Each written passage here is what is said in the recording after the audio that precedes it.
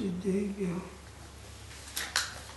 अरहन्तो भगवन्त इन्द्रमहिता सीताशसीदिस्थिता आचार्य जिनशासनोन्नतिकरा पूज्या उपाध्यायस्वा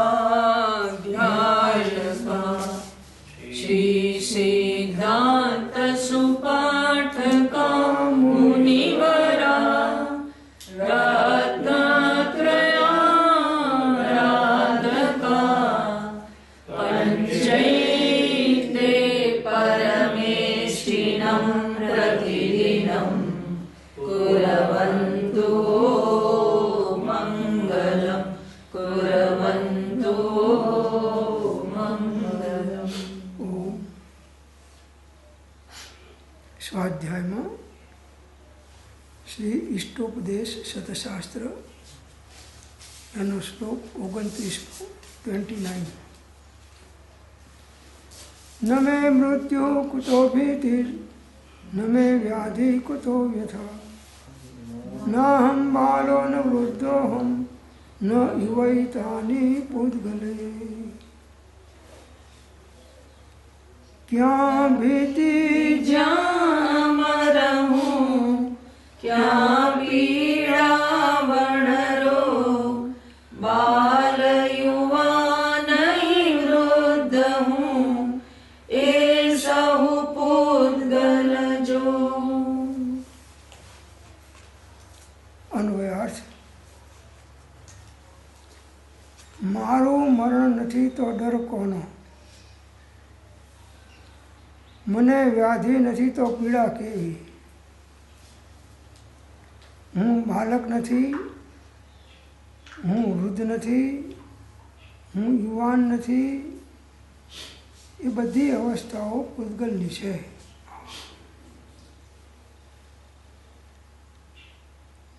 आ प्रकारનું भेद विज्ञान करवानुं છે તો ભાવની શુદ્ધિની વૃદ્ધિ રહ્યા કરે। મારો જન્મ જ નથી તો મરણ કોનું હોય? હું તો અજન્મા છું, અનાદિકાળથી અનંતકાળ સુધી રહેવાવાળો આત્મા છું। મરણનો ભય કેમ લાગે છે? દેહાત્મ બુદ્ધિના કારણે। એવું મરી જશો હવે તો ડૉક્ટરે કહી દીધું છે ને બધાએ કહી દીધું છે અને મેં તો વિલ કરીને સહ્ય કરી દીધી છે, હવે મારું નથી કંઈ કરશે, મરી ગયો। મરી જાય તો સારું કે તું પતી ગયો પછી તારે ફરીને ફરવાનું ના રહે। મરતો નથી જીવ, જીવ તો શાશ્વત અમર છે। કર્મ અનુસાર બીજી ગતિમાં ચાલ્યો જાય છે અને કર્મ અનુસાર બધા જે કંઈ ઉદય આવે એને અનુરૂપ શુભાશુભ ભાવ દ્વારા કર્મો પાછા ભોગવે છે અને પાછો નવા બાંધતો જાય છે।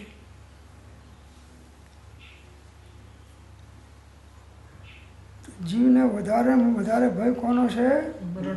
મરણનો।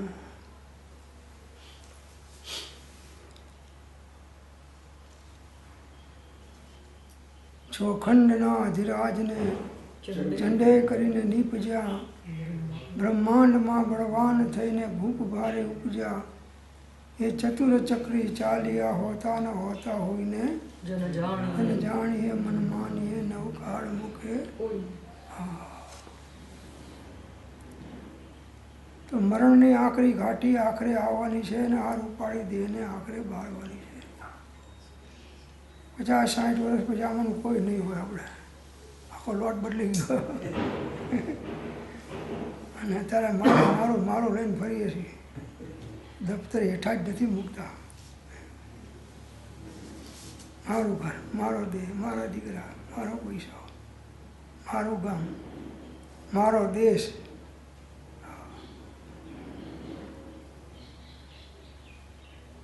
તારી સાથે આવે તારું, છૂટી જાય સંયોગનો વિયોગ થઈ જાય તારો નહીં। મારો સુશાશ્વત એક દર્શન જ્ઞાન લક્ષણ જીવ છે, બાકી બધા સંયોગ લક્ષણ ભાવમૂર્તિ બાહ્ય છે। મરણ નથી. દેહાત્મ બુદ્ધિના કારણે મરણનો ભય લાગે છે. દેહાધ્યાસ છૂટી જાય છે તો મરણ નથી પણ સ્થળાંતર છે. અને તત્વ દ્રષ્ટિથી જોઈએ તો ક્ષણ ક્ષણ ભયંકર ભાવ મરણે ભાવ મરણ તો સમય સમય વિભાવ છે, એ ભાવ મરણ છે. તો અજ્ઞાની જીવનું સમયે સમયે થાય છે.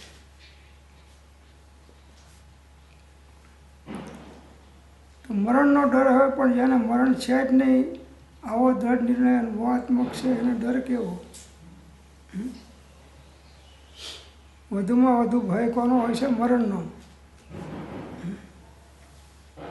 જ્યાં સ્વરૂપ દ્રષ્ટિ થઈ તો હું તો શાશ્વત અનાદિ અનંત અજન્મા છું, મારું મરણ છે જ ક્યાં?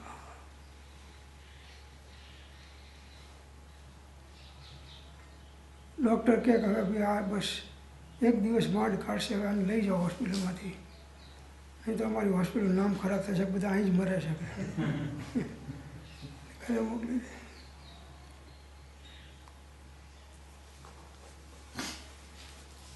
રહેવા માટે તો ઘર જોઈએ, પણ મરવા માટે પણ ઘર જોઈએ. ઘર જોઈએ છે. સ્વરૂપ દ્રષ્ટિ થાય તો મરણનો ભય જાય.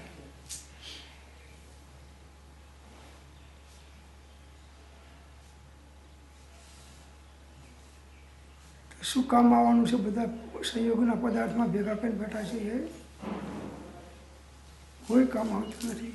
અજ્ઞાનથી જીવ ભેગા કરીને બેઠા છે, માને છે હું સુખી છું.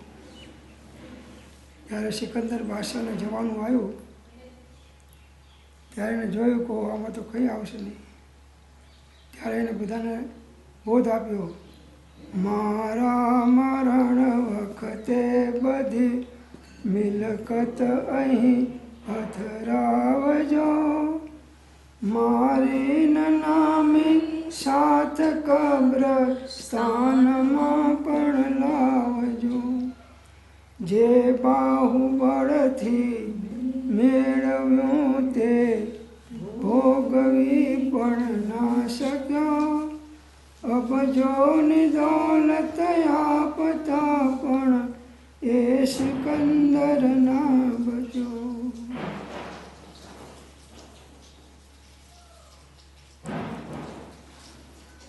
દવાખાનામાં ડૉક્ટરે કીધું કે હવે જાય એમ છે. હવે હે સાહેબ, ગમે એમ કરો પણ તમે મારા ભગવાન છો,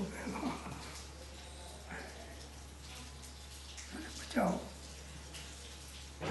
ડૉક્ટર કહે કે હું બચાવી શકતો, મારા બાપાને શું કરો મરવા દે? મારા બાપાને મરી કે મારી હાજરીમાં.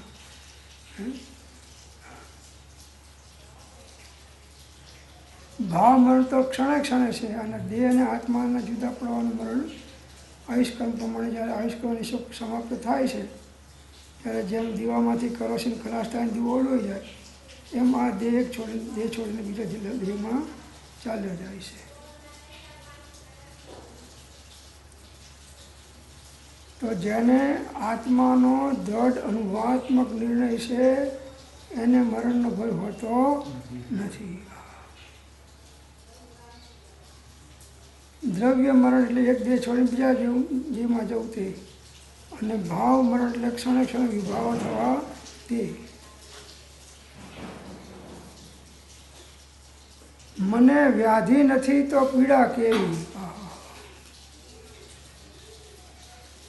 વ્યાધિ તો શરીરને છે, મને નથી. મને ડાયાબિટીસ થઈ ગયેલા, તને ડાયાબિટીસ થાય જ નહીં પ્રભુ. તારે ખાંડના લાડવા ખાધા કર,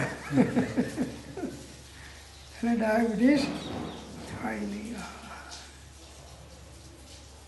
ડાયાબિટીસના દ્રવ્ય ક્ષેત્ર કાળ ભાવ જુદા છે અને ખાંડના દ્રવ્ય ક્ષેત્ર કાળ ભાવ જુદા છે, અને આત્માના દ્રવ્ય ક્ષેત્ર કાળ ભાવ જુદા છે. હા, પણ બીજાને થાય. હા, જેને મમતા છે, રાગ છે, એને થાય. રહેવા દો.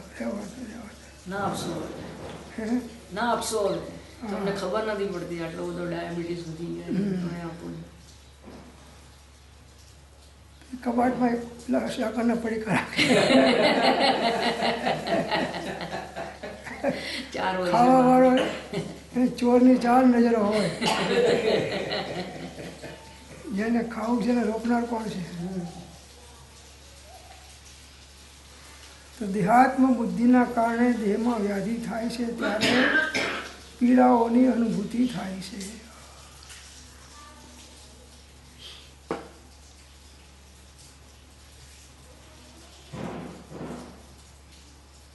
હું બાળક નથી, હું તો શાશ્વત આત્મા છું. હું વૃદ્ધ નથી, હું તો શાશ્વત આત્મા છું. કે હું યુવાન પણ નથી. આ બધી અવસ્થાઓ પૂતગલોની છે, મારી નથી. આમ જેનું અનુપ્રેક્ષણ હોય છે એ જીવને અંદરમાં શાંતિ અને અનાકુળતા રહે છે. ગુજરાતી ગાથા રહી ગઈ નહીં? નહીં, આવી ગઈ. આવી ગઈ ને?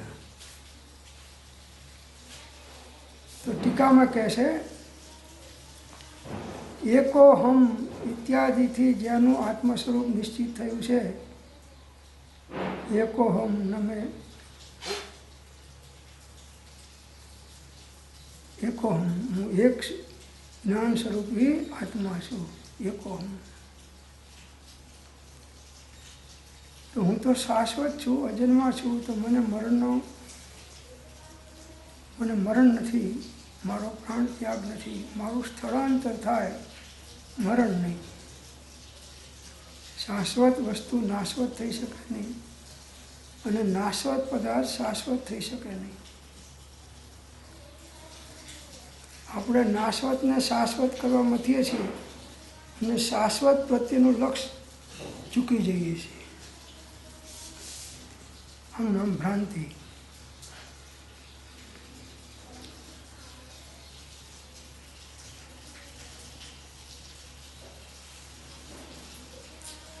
ડૉક્ટરે કીધું કે આ દેહ હવે છૂટી જશે, કાઢશે નહીં. તો તમે દેહને સાચવશો કે આત્માને સાચવશો? અહીં તો જ્ઞાન છે ને અહીં તો આ દેહને સાચવે કોઈ હોય નહીં. એક હાથમાં છાશનો લોટો છે અને એક હાથમાં ઘીનો લોટો છે, અને પગની ઠોકર વાગી અને એક હાથ જમીને અડાડ્યા વગર ચાલે એવું નથી, નહીં તો પડી જાય. તો કયો લોટો છોડશે? છાશનો છોડશે. તો છાશના લોટા જેવો આ દેહ છે અને ઘીના લોટા જેવો આ આત્મા છે. એમ છે.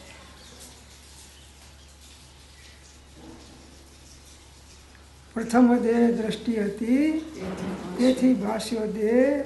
હવે દ્રષ્ટિ થઈ આત્મામાં, તો ગયો દેહથી નહીં. તો મારું મરણ નથી, હું પ્રાણ ત્યાગ કરતો નથી, મારું સ્થળાંતર થાય છે. કેમ કે ચૈતન્ય શક્તિરૂપ ભાવ પ્રાણોનો કદી પણ નાશ હોતો નથી.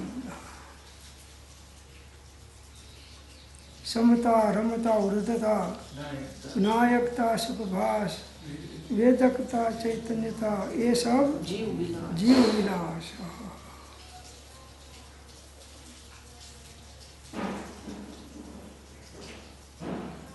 નિગોદમાં જાય તો પણ એનો અંશ ઉઘાડતો રહેવાનો. જડ જેવો થઈ જાય પણ જડ થઈ શકે નહીં.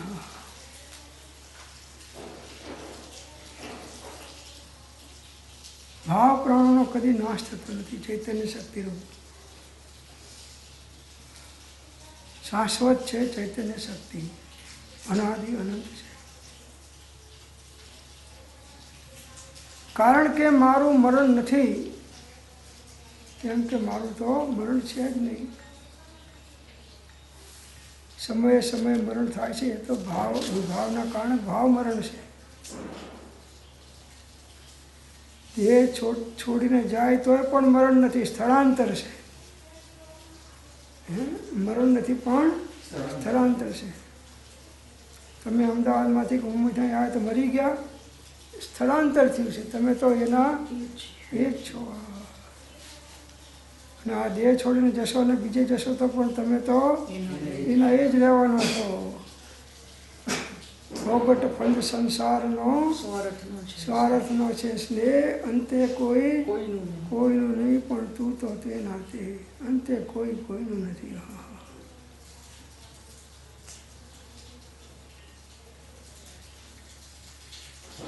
ઘણો રાગ કરે કે તમારા વગર હું જીવી નહીં શકું.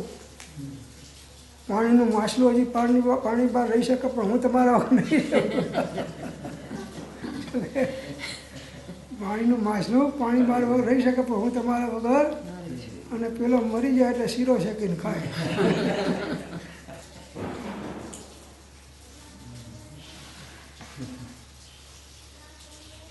આ જીવ નાટકે તો ખૂબ છે.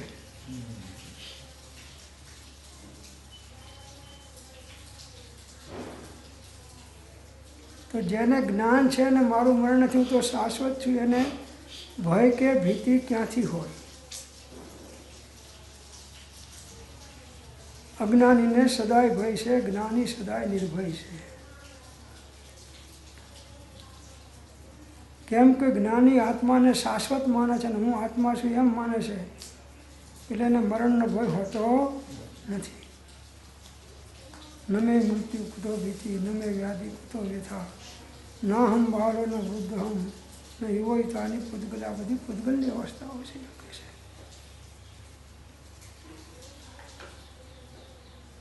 એટલે હું કોઈનાથી બીતો નથી, ગભરાતો નથી, એ જ છે. મારો મરણ નથી, મને ભય છે ને, તો કોઈથી કંઈક બીક લાગી ગઈ તો એ બતાવે છે કે આત્માનું વિસ્મરણ થઈ ગયું અને પર સાથેનું તદાત્મ્યપણું થઈ ગયું છે, તદાત્મ્ય બુદ્ધિ થઈ ગઈ. તથા વ્યાધિ અર્થાત વાતાદિ દોષોની વિષમતા મને નથી.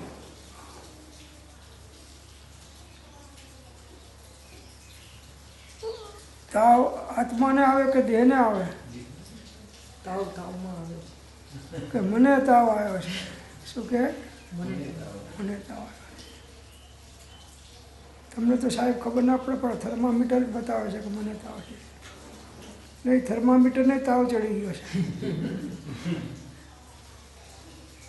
એ તો 98 જતું, 98 જતું, અને તારો સ્પર્શ થયો એટલે એમાંય ગરમી આવી ગઈ છે.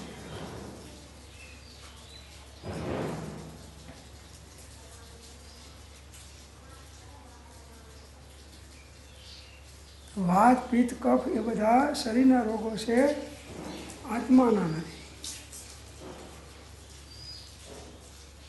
તો આ જ્વરાદિ તાવ આદિ વિકારોથી મને વ્યથા કેમ હોય? દેહાત્મ બુદ્ધિના કારણે વ્યથા થાય છે. નહીં તો દેહની ગમે તેવી સ્થિતિમાં પણ જ્ઞાનીઓને આકુરતા વ્યાકુરતા થતી નથી, અનાકુળ રહે છે. કર્મના ઉદય પ્રમાણે એમની પણ સ્થિતિમાં સાતા અસાતાના ઉદય આવે છે, પણ એમને દેહ સાથે ભિન્ન બુદ્ધિ હોવાથી એને દેહની અંદરમાં ગમે તેવી ક્રિયાઓ સારી નરસી પુન પાપના ઉદયના કારણે થાય, સાતા અસાતાના કારણે થાય, તો પણ એ સાતા કે અસાતા રૂપ પ્રણમતા નથી, જ્ઞાતા દ્રષ્ટા રૂપે રહે છે.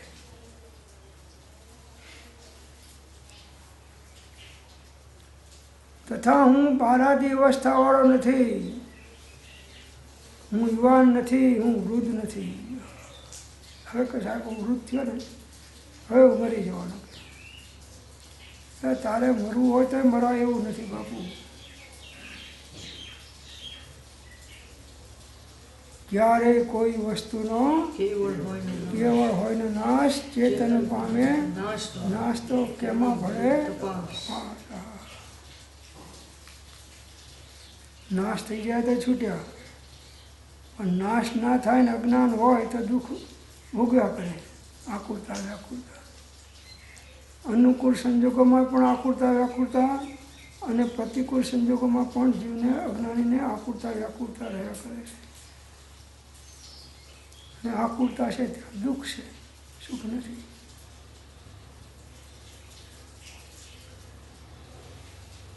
વાંદરાને ચણા નાખો તો મોઢામાં નાખશે, આ મુઠ્ઠી ભરશે, આ મુઠ્ઠી ભરશે, પણ હવે કેટલા ભરશે? પણ એને એમ છે બધા લઈ લો, પણ જેટલા લેવા એટલા લઈ શકાય છે, અને પછી ભાગે છે પાછો. એમ જેટલું ભેગું થાય એટલું કરી લઉં અને પછી અહીંથી ભાગી વાગે છે, જાય છે. અને ઘરવાળા રાજી થાય છે કે સારું થયું કે આ અકબંધ મૂડી મૂકીને મરી ગયો અને કંઈ લઈ ના ગયો. અને લઈ જવાતું હોય તો કોઈને એમ કોઈના માટે કંઈ રાખે નહીં, લઈ જવાનું. તેથી બાલાદી અવસ્થાઓથી ઉત્પન્ન થતા દુઃખોથી હું કેવી રીતે ઘેરાવું? જેને દેહાદિમાં આત્મબુદ્ધિ નથી, બાળ યુવા વૃદ્ધ અવસ્થાઓમાં જે દુઃખો ઉત્પન્ન થાય છે એને જ્ઞાન થઈ ગયું તો એ દુઃખી થતો નથી. જ્ઞાની જ્ઞાન ભાવથી અસાતા વેદને વેદે છે અને અજ્ઞાની અજ્ઞાન ભાવથી અસાતા કર્મને વેદે છે. જ્ઞાની કે અજ્ઞાની જન સુખ દુઃખ રહિત ન કોઈ, જ્ઞાની વેદે ધૈર્યથી જ્ઞાનથી અને અજ્ઞાની વેદે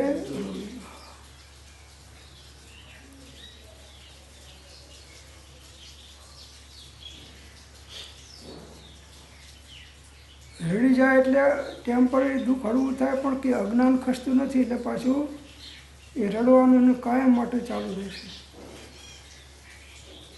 ભાવના આવેશમાં આવે એટલે રડી જાય થોડોક.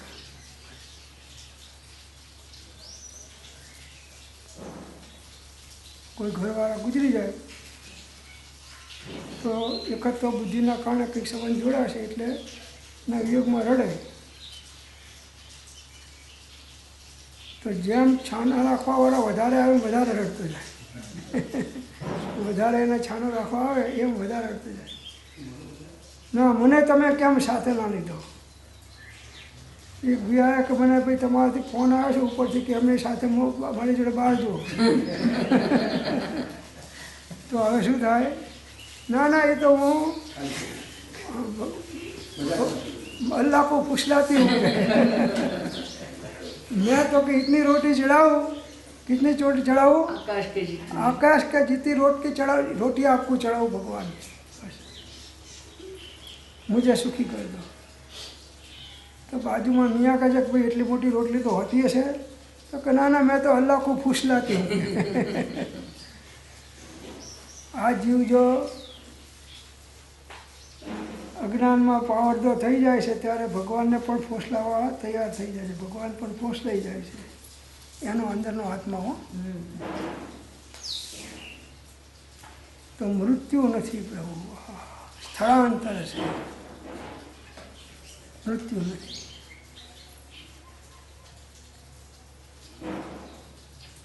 તો પૂછે છે કે ત્યારે મૃત્યુ વગેરે શામાં હોય છે? મૃત્યુ શામાં હોય છે?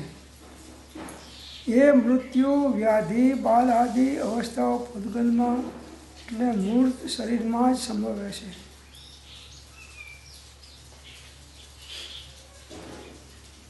રોગો થાય, શરીરની અવસ્થાઓ ઢીલી પડે તો એ પૂતગલમાં મૂળ શરીરમાં થાય છે ક્રિયાઓ, શરીરમાં સંભવે છે. શરીરનું મરણ થાય છે કેમ કે શરીરની ઉત્પત્તિ છે. જે અનુત્પન્ન હોય તે અવિનાશી હોય. જે અનુત્પન્ન હોય તે છય દ્રવ્ય અનુત્પન્ન છે. તો છય દ્રવ્ય અવિનાશી છે એટલે અનાદિકાળથી છે અને અનંતકાળ સુધી રહેવાનો છે. તો હું આત્મા કેવો છું? અનાદિ અનંત છું, શાશ્વત છું. તો મારું મરણ છે નહીં તો પછી મને ભય છે ને. અમુક ભાઈ અહીં ના હતા, એ ત્યાં ગયા તો ત્યાં ના થયા, બીજે ગયા તો બીજા લીધા, પણ એ તો એના એ જ રહ્યા કે બદલાઈ ગયા. એના એ જ છે. અનાદિકાળથી 4 ગતિમાં જીવ ભટકે છે અને 84 લાખ યોનિના અવતારો ધારણ કર્યા. શરીર બદલાઈ ગયા પણ આત્મા તો એનો એ જ છે.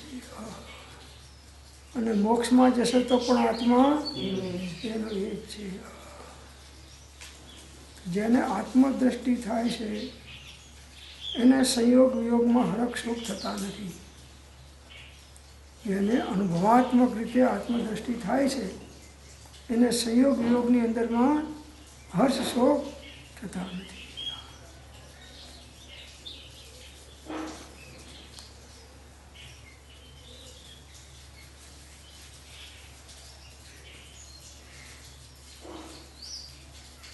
નરસિંહ મહેતાના ઘરવાળા ગુજરી ગયા તો શું કીધું? ઘરું થયું ભાંગી ભાંગી. જંજાળ. અને તમારા ઘરવાળા ગુજરી જાય તો ભલું થયું ભાંગી જંજાળ. એમની હાજરીમાં કોઈને ખબર પડે.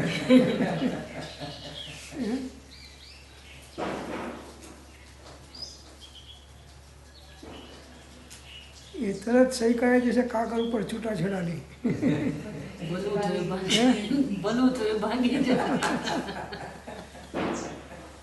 પછી ખબર પડે છે કે હવે ખાવું શું ને પીવું શું ને રહેવું ક્યાં ને ક્યાં જવું ને શું કરવું.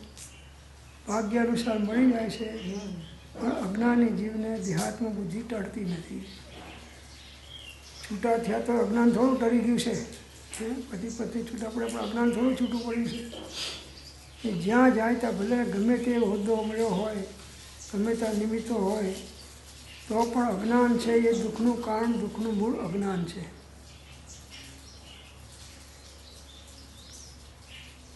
કર્મ ભાવ અજ્ઞાન છે, મોક્ષ ભાવ નિજવાસ, અંધકાર અજ્ઞાન સહ. નાશે જ્ઞાન પ્રકાશ.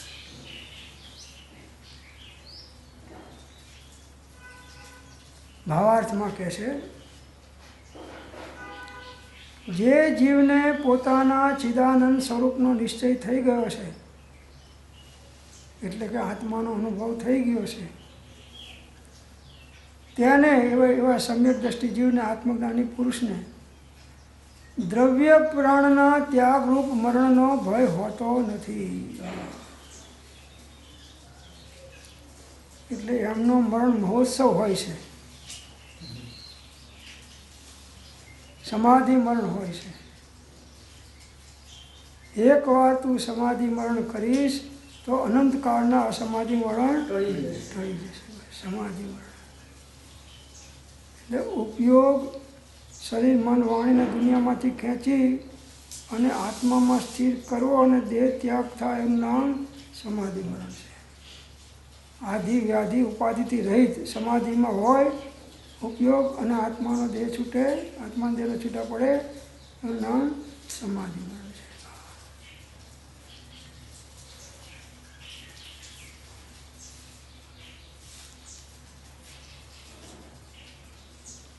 જે જીવને પોતાના ચિદાનંદ સ્વરૂપનો નિશ્ચય થઈ ગયો છે, એવા જ્ઞાનીને, સમ્યક દ્રષ્ટિને દ્રવ્ય પ્રાણના ત્યાગરૂપ મરણનો પણ ભય હોતો નથી.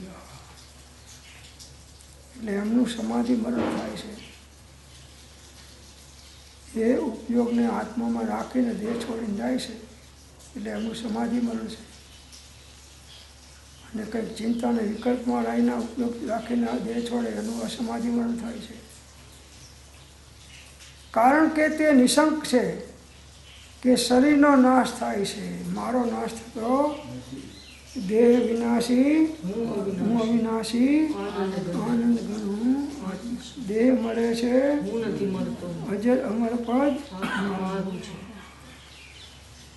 આ બોલીએ છીએ તો આવું મીઠું થાય છે, તો ખરેખર આવા દશા આવે તો કેટલી શાંતિને લાભ થાય.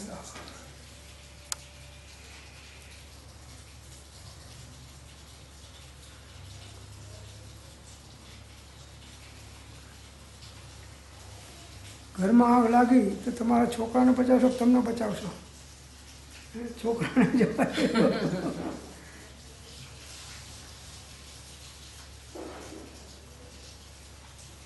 એવી રીતે જ્ઞાની દેહને જવા દેશે ને આત્માને બચાવી લેશે.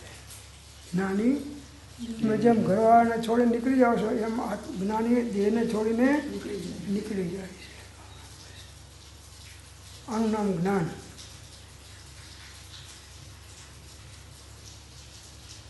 વિવેક ચૂકી જાય એ જ્ઞાન નથી, સદવિવેક એ જ્ઞાન છે.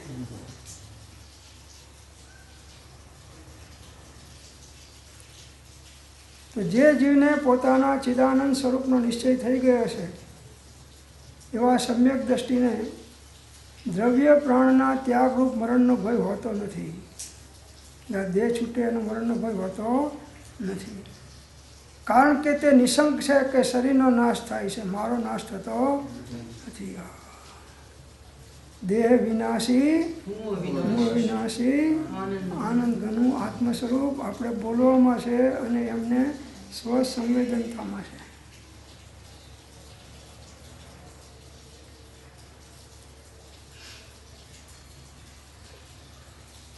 બોલ્યા કરીએ પણ જ્યારે મરણ આવે ત્યારે બધું છૂટી જાય છે.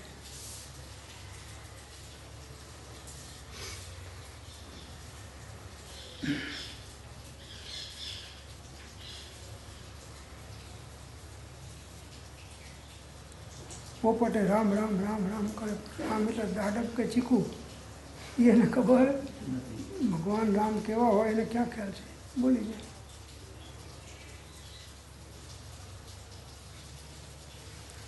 પરંતુ ચિત્ત શક્તિ લક્ષણાત્મક જ્ઞાન દર્શન રૂપ ભાવ પ્રાણનો કદી પણ નાશ થતો નિગોદમાં જાય તો પણ સંપૂર્ણ આવરણ હોવા છતાં અંશે એનો જ્ઞાનનો ઉઘાડ રહેશે. નિગોદમાં જાય તો જ્ઞાન નાશ પામી જતો નથી, જ્ઞાન આવરણમાં આવી જાય છે. જ્ઞાન એ તો આત્માનો ગુણ છે અને ગુણ ગુણીનો અભેદ સંબંધ છે. આત્માનો નાશ થાય તો જ્ઞાનનો નાશ થાય, પણ આત્માનો નાશ થતો નથી તો જ્ઞાનનો પણ નાશ થતો, પણ આવરણ આવી જાય. સૂર્યનો તડકો ખૂબ આવતો હોય અને આખી પૃથ્વી સૂર્યના તેજથી કે ચંદ્રની ચાંદીથી છવાઈ ગઈ હોય અને આડા વાદળા આવે તો પૃથ્વી ઢંકાઈ જાય, પણ એથી સૂર્ય શક્તિ કે ચંદ્ર શક્તિનો કંઈ અંશ ઘટ્યો નથી. એની શક્તિ તો એટલી એટલી જ છે. એમ આત્માની અનંત શક્તિ ગમે એટલા આવરણ હોય, નિગોદમાં જાય તો એની ઘટી આવરણમાં છે. અને પેલાને ભગવાનને પ્રગટ છે. દિવાશ્રીની અંદરમાં અગ્નિની શક્તિ આવરણમાં છે અને દીવો સળગે છે એની શક્તિ એ પ્રગટ છે. દિવાસી સળગે છે એની શક્તિ પ્રગટ છે. શક્તિમાં હોય તો વ્યક્ત થાય, શક્તિમાં ન હોય તો વ્યક્ત ક્યાંથી થવાનું છે? શક્તિમાં કેવું જ્ઞાન છે તો પ્રગટશે, આત્મજ્ઞાન થવાની શક્તિ છે તો આત્મજ્ઞાન પ્રગટશે, અને વિભાવ થવાની શક્તિ હોય તો વિભાવ પ્રગટશે. આત્મા અનંત શક્તિનો ધારક છે.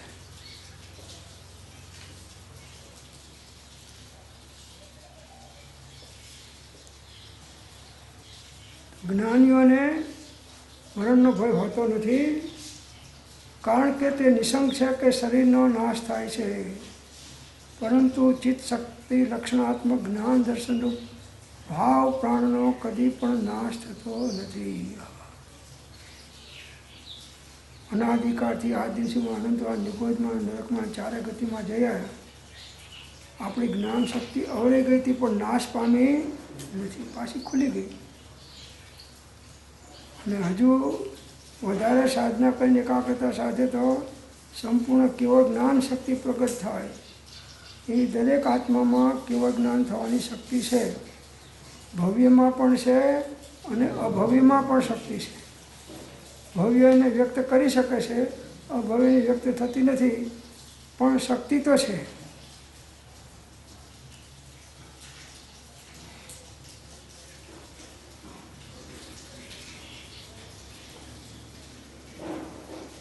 ભાવ પ્રાણ આત્માના જ્ઞાન દર્શન રૂપ એનો નાશ થતો નથી. તેને મરણનો ભય નથી, તો મરણના કારણભૂત કૃષ્ણ સર્પ આદિનો ક્યાંથી ભય હોય? ના જ હોય.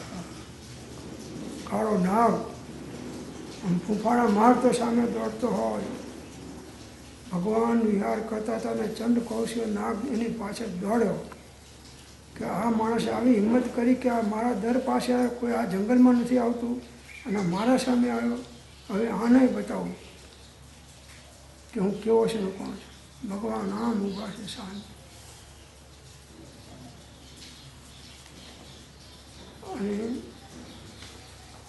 જાસોમાં પ્રભુવંથ વિકટ છે,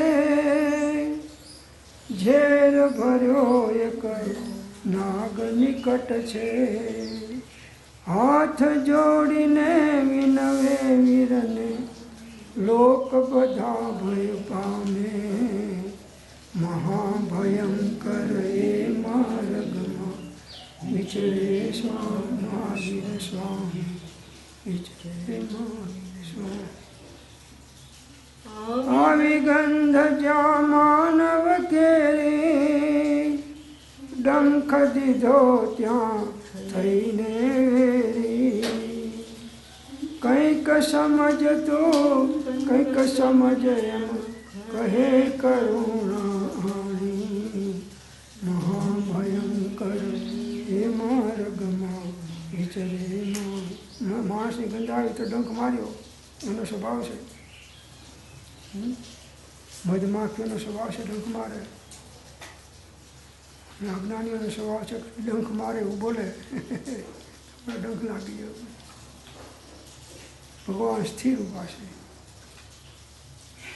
ડંખના કારણે જે લોહીની ધાર નીકળી છે, દૂધની ધાર નીકળી, કેમ કે અમૃત ભર્યું છે, અંદરમાં દૂધ છે, એ નીકળ્યું.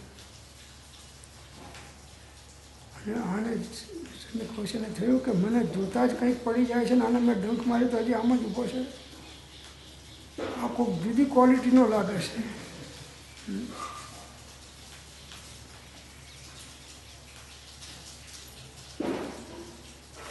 દૂધ વહ્યું જ્યાં પ્રભુને ચરણે, ચંડ કૌશિયો આવ્યો શરણે. હિંસા અને અહિંસા વચ્ચે લડાઈ ભીષણ જામી.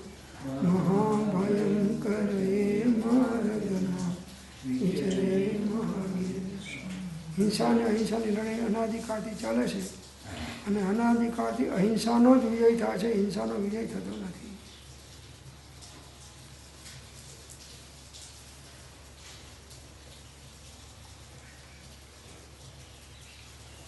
મારી સ્વામી ભગવાનની અહિંસા હજુ 18,500 વર્ષ સુધી રહેવાની છે. ઓછા વધતા અંશે પણ રહેવાની છે. અહિંસા પરમો ધર્મ. ખરી અહિંસા તો રત્નત્રયના અભેદ પરિણામ છે. શુદ્ધોપયોગી અહિંસા છે, સંભાવ છે. રાગ દ્વેષ મોહ પરિણામનો અભાવ થયો, એનું નામ પણ નાસ્તિક અહિંસા છે.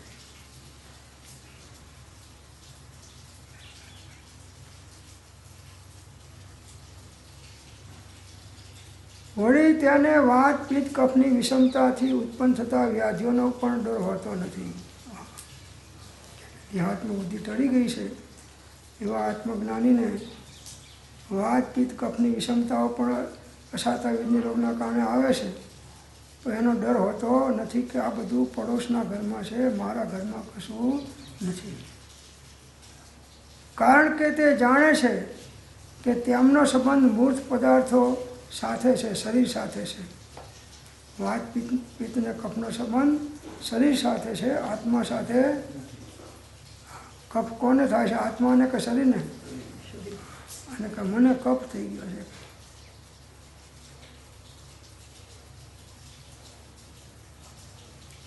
કારણ કે તે જાણે છે કે તેમનો સંબંધ મૂર્ત પદાર્થો સાથે છે, શરીર સાથે જ.